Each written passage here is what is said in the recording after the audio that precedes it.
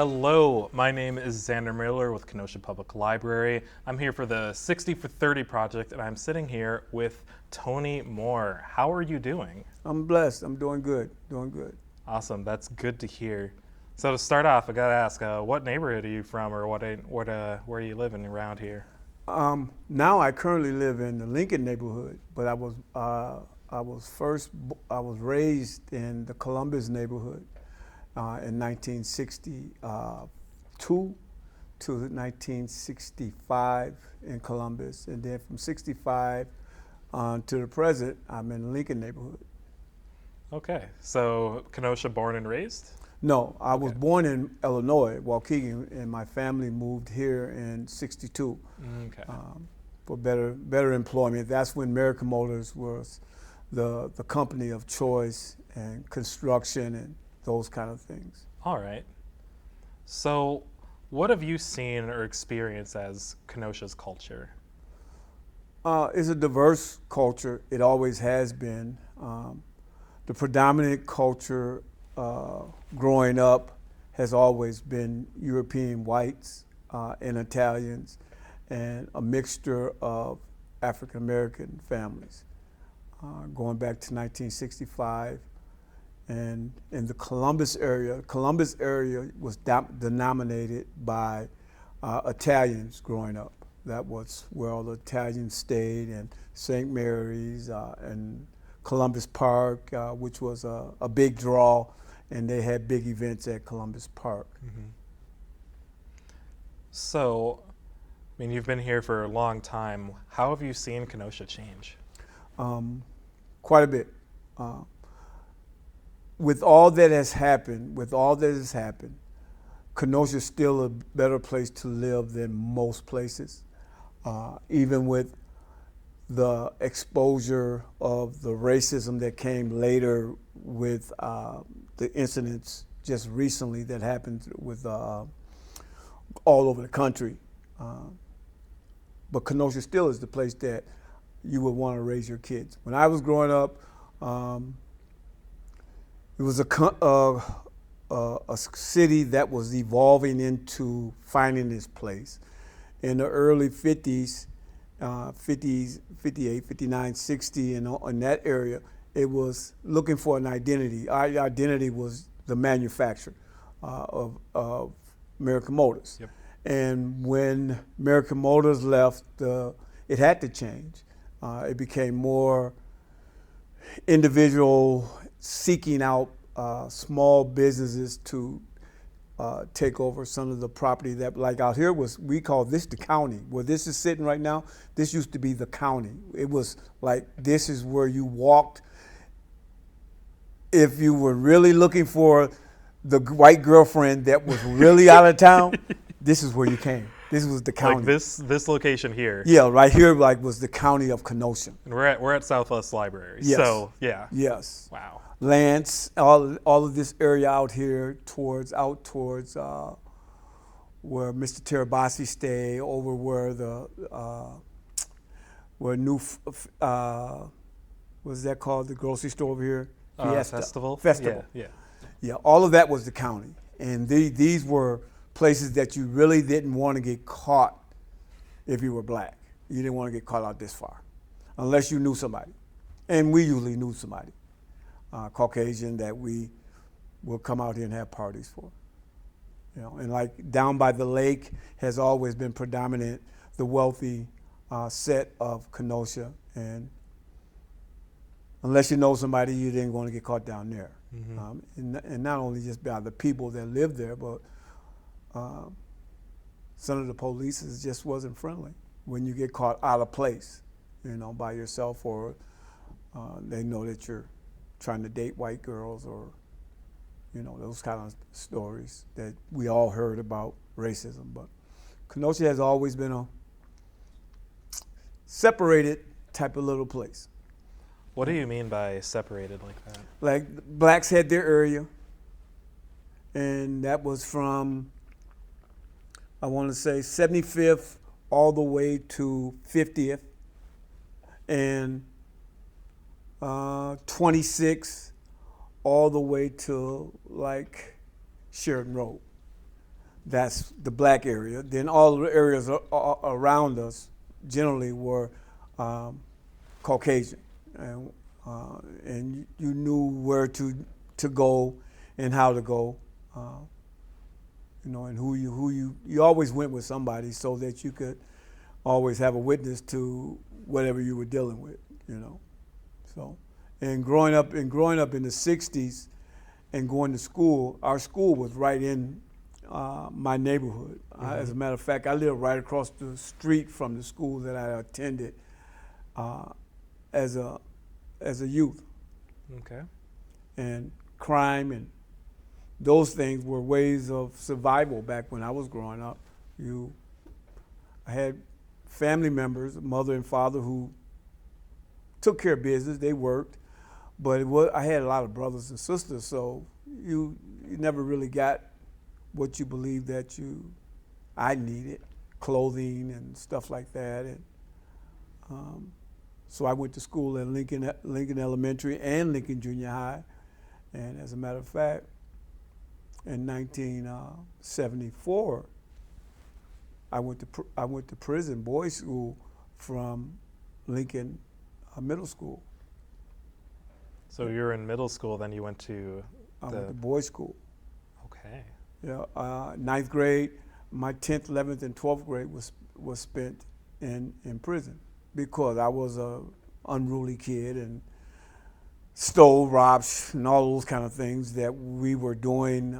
Never belonged to a gang or anything, but just the excitement of survival and having things, back in those days. So I was 15 years old, and I had to spend the next 3 years incarcerated, which was terrible. Yeah, 3 years. Yeah. Right. This is a minor too, so. Yeah.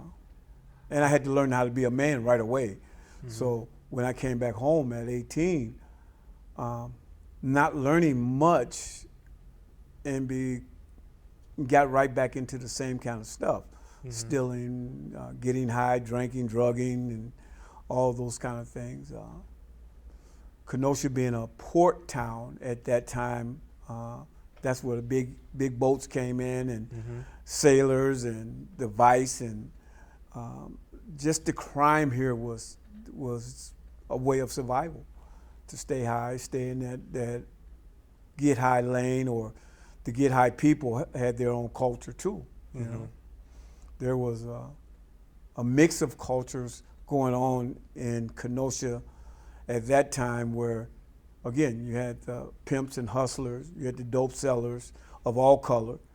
You had the Arabs and Arab people hadn't came in and took over the stores yet, so they were mostly all the community stores were owned by white vendors. So you shopped at the corner store, and it was owned by a white vendor, and sometimes that would get people in trouble because they would talk down to you, or made you feel like you wasn't a person at times. But you got to remember, these was the '60s, 60s and early '70s. There was a lot going on with the world at that time, and with Dr. Martin Luther King's dying and the Kennedys dying. A lot of that transpired to the neighborhoods, and it always caused it a divide that they didn't like us. And to us, like I'll ask anybody now, who is they? But back then to me, they were just white people. They didn't like us. And why did they didn't like you? I don't know, they just don't like us. So you had to live with that and grew up with that. And there was I had a lot of Caucasian friends that fought through that barrier to get to our neighborhood and was accepted. Mm-hmm. They were accepted as a part of the neighborhood. They came with whoever had some prestige or influence in the neighborhood. They would never question why that white person was in the neighborhood or try to beat him up if you brought him and said, look, he with me. But on the other hand, I had to run a lot of times when I went with somebody, when I went with a Caucasian friend to his neighborhood. I had to run if they was ready to attack. Why is he here? When they turn their back, you gone. You don't even you don't even tell them, I'll see you later. But again, those was times you just knew what you needed to do to exist and survive in the heat of the moments of the 70s, the 60s and the 70s. So what's people call things crime was really methods of survival is the way that functioned, and then at the same time, dealing with racism in, we're talking racism in the 60s. Yeah. It's different than it is the racism that is now. How so? Because the racism that's now is more subtle. Back then it was in your face. You was called a straight out N-word or F you, whatever, monkey, whatever. Now it's more subtle and it's done, from my standpoint, it's done more economically and in ways of maneuvering it without saying that we're prejudiced or showing any signs of racism or discrimination. Back then, they didn't care about discriminating you.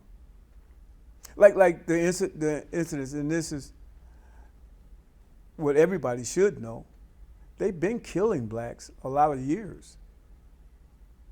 Yep. It's just the cameras exposes it now. So, but that's been going on for years. Subtle move. If you made a subtle move back in when I was going with, you got shot. You got beat up at least quite a bit. If you resist, you got a knee to the head or a knee to the throat was easy. That was easy to get back in the 60s and 70s when it was you get pulled over. I got pulled over and get pulled over quite often, even now. Mm-hmm. And I haven't done any crimes in over 25 years, and then I drive a nice car or dress nice, and I've been pulled over just to see who I was and what I'm on, and so I understand that. So the thing I have learned to do is just give up my license and ask, what did I do? It's the most humiliating thing to do to a man that feels like he's a man and an honorable man. I work in the community, I do things. It makes you feel humiliated to the point that you feel punked. And you better not say anything because you feel punked. Because if you say anything, it may cause you to get punked. So it makes you dummy down and say, what did I do, Mr. Officer? I'm sorry. And you get into a compromising position so that you can make it home. But I learned, I'm 62, so I learned across many decades how to take care of myself so I can get home to my family. Anywhere you go, Milwaukee, Kenosha, Racine has been like that, Waukegan, Chicago. So for me, living in the Midwest, it has always been take care of yourself, be responsible, and learn how to coexist. I write about a little bit in my books and how I exist and coexist in this world that we have to live in. Mm-hmm. And the bad thing about it is you can't blame people for where you're at. What you have to do is do something about what's going on in your life and where you're at. I can't change racism. I can't change another man and make another man respect another man, but what I can do is respect myself and respect another man. I can't make another man do what he needs to do, but I can do what I need to do to be respected, regardless of what I've been through. So, in a sense, it's like it's a different for racism, especially not as overt, but it's like it's quiet. It's there. It's very quiet. Yeah. Doing the small changes, and of course, being pulled over is still I think my parents themselves were like, hands on the wheel, have your license ready, tell them exactly what you're doing. Yeah. As you're doing it, it's Yeah. same instance. Yes. Still there. Yeah, still there. See, when you I was like I said, I was raised in the 50s, and I lived through the civil rights of the 60s, and now the civil rights of the 2000s. The difference is the protests and the avert with the cameras and the exposure is greater. But they showed dogs biting back in the 60s. They showed water hoses in the 60s. But the masses didn't take that in as much as they do now when they see the humiliations of what that is. And over the course of time, things start changing where people start saying, wow, that shouldn't be like that. And you can have people start questioning how things were ran. Let me put it to you this way. How do you build a great country? By oppressing people. Oppressing people. Oppressing people to do your biddings. That's the only way you can build a country. I'll put it this way. I bring it even simple. How do you build a great company? By paying people low and, you see what I'm saying? I see it. Yeah, the whole concept, the whole plantation concept gets replayed. And what about if somebody has a uprising and they want to take something back from you that they have worked all their life to make sure they got from you? What do you think those people are going to do when you come to have this uprising, this revolt? Yeah, they retaliate on Yeah, it. that's what we deal with. And a lot of times we don't look at the facts of the inevitable of what a society has. Every society has imploded. Everyone. If you look back all the way through history, all the way back to early biblical times, every great society that got full of itself imploded on itself. Mostly by the head of the society, the government that was running it. You go all the way back to Babylon, you go back to the Moabites, you go back to the Romans, you go back to the Persians. All of those societies imploded on themselves. They got too great for their own good and lost their way with the people that was helped build the country. America has at least the wherewithal to try to say, okay, let's look at this before we implode. We almost did that with Trump in office with the insurrection at the Capitol. Mm-hmm. That's how it starts. That's how it starts. There's one faction that says it should be one way, and there's another faction that says, hold on, wait a minute, no, this shouldn't be that way. So they bump heads, and then the faction that's like what happened with Donald Trump was like getting pushed out, saying, hey, we're not going nowhere. You did us wrong anyway. You voter fraud. So we're fighting back. And because of who we are as people, hard to love each other. Hard to love each other in spite of what we've been through. When you start taking from somebody, they're gonna fight back. You're gonna take a position from me. It's gonna be a fight. What do you think it takes for people to really actually get to that, to love each other, to accept, that someone might be getting something back, but it's not taking away. They're just gaining something. What do you think is needed for that? Well, the hardest thing is going to be is two people that's involved, two races of people involved. I'll start with the black man. He has to be able to forgive and address his issues with how come he's in the position that he's in. Then there's the white man who is getting asked to sacrifice his growth and his love of this country and the things that he built on. So the old money, old white money, has to come to love the black man that he has oppressed for many years and say, you know what, I did you wrong and I'm going to make sacrifice to make sure that the playing field is going to be level. That kind of love is spiritual. So for them to do that, they're going to have to take down a whole lot of barriers that keep us from loving each other at that level. And forgiving, it's the hardest part is to forgive what's been done and owning up to what you have done. And so we would have to forgive and they would have to own up, which would require two sides of love. The forgiveness would say, I love myself to say, you know what, I'm still going to survive based on I know what you've done. And this side is saying, I did you wrong. I know I did you wrong because I had to do what I needed to do to build this country the way I thought it was. And it was wrong in some aspects, and I apologize. And I make reparations for what I have done. That's where the love has to come together. And that takes generations to blend in and bond in. That's going to take some generations. Yeah, it takes time. Yeah. I think something I say is like, we're not going to solve racism in an hour. No. It's not going to happen. So bringing this down to, we're talking country level.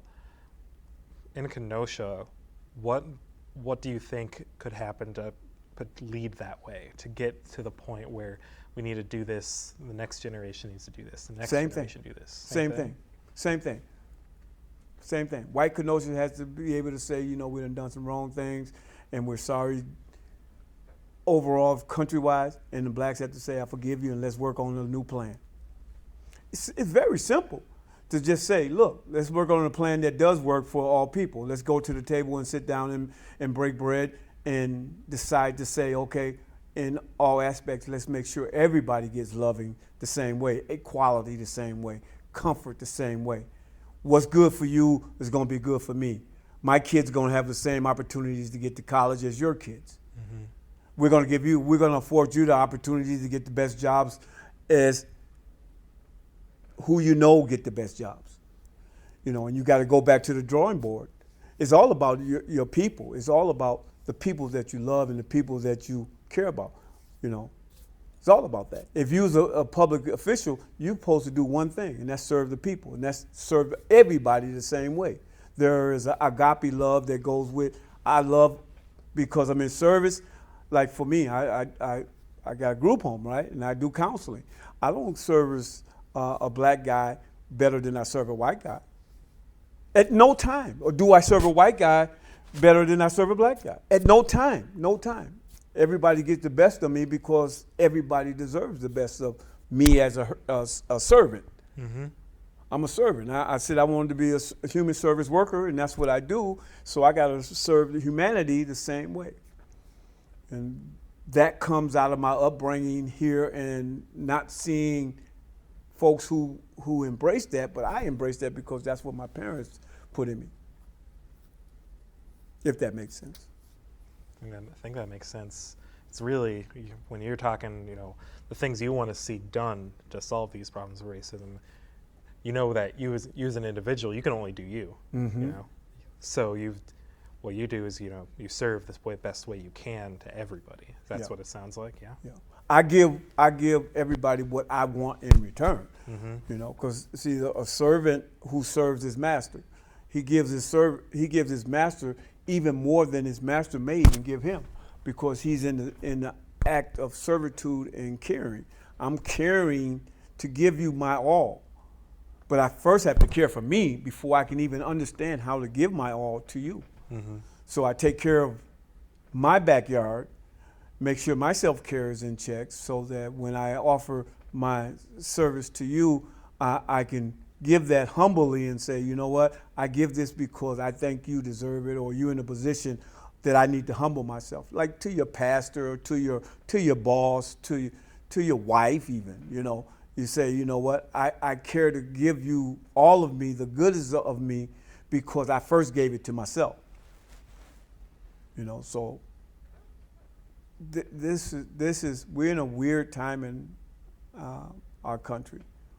And we in Kenosha, especially Kenosha, with what's going on with the courts and all of this stuff, with the recent shooting of the young man who's facing all the time and shot the kids, and that's a special opportunity to make a statement about how much we want to work on this thing. Or you can put a blind eye and sweep it up under the rug again, and we'll be right back where we started from.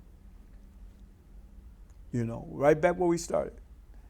Because it's been swept, a lot of things have been swept under the rug in hope that time erased the hurt of it and the pain of it. It really doesn't. It just scars tissue, and it's still wounded. And until we deal with the wound and get the Band-Aids off and the bandage, it's hard to admit I'm wrong, or it's hard to admit that we need help, because we're such a powerful, prideful country and people. Nobody wants to say I'm wrong. Even when it comes to yourself, right? Right. And the most humblest position is to say, I hope that you become a better person.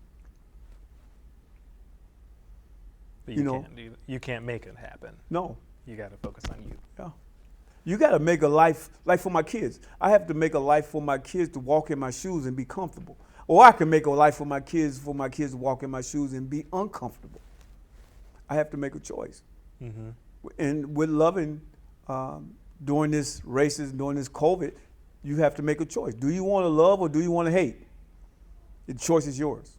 I choose to love because it's easier to love and get over things than to carry anger and bitterness and resentment towards another person. That's too much. Wow, that's a lot. Yeah, that's a lot, and it takes a lot to keep that. If there's anything else you'd like to say to Kenoshans or Kenosha's leadership, anybody out there, what is it that you'd like to say? We can win. We have always had bounce back ability in Kenosha, from American Motors, from other industries leaving, from other situations in with policing and everything. We have always bounced back. We just have to make a true effort to say, you know what, everybody counts. Everybody counts. If you really want to understand it, buy my books. Get my books and read some of the stories. My whole Kenosha story is in the 4 books that I wrote about what I did to stay out of harm's way. How did I take Kenosha? And I said it before, Kenosha is probably one of the best places you want to be raised a kid. Just recently, incidents have happened, events have happened, but overall, Kenosha is not a bad place to be. Mm-hmm. It's just we got to work on some things like every other city when it comes to race relations. Race relations. I say, and you'll hear me tell a lot of people, follow the money. The money always tells you what's going to happen. Mm-hmm. And see, when there's money's not put back to minorities, then there's still the incidence of racism. If you're not taking care of your minority population in your city, then yeah, you got racism. It's obvious. It's obvious when you're building nice buildings everywhere else and in the comfort of everything else for other people. It's obvious. I can't go there. I'm not affluent enough. But if you start by dealing with your minority people and giving them opportunities of training, schooling, education, they can build their own stuff. They can build the same exact stuff. They can open banks, they can open schools, they can open car dealerships, they can open stores. Make the resources available across the board and level the playing field. Yeah. That's all you have to do. And take away that stuff and truly love somebody. Truly say, hey, I want to know you. I want to get to know you. I want to shake your hand. I want to invite you to your dinner. Come to my house. Can you imagine that? Yeah. Come to my house. Tony, I want to say thank you so much for coming in. That was a lot there. Thank you for sharing your story here. No problem. I love you. Have me back again.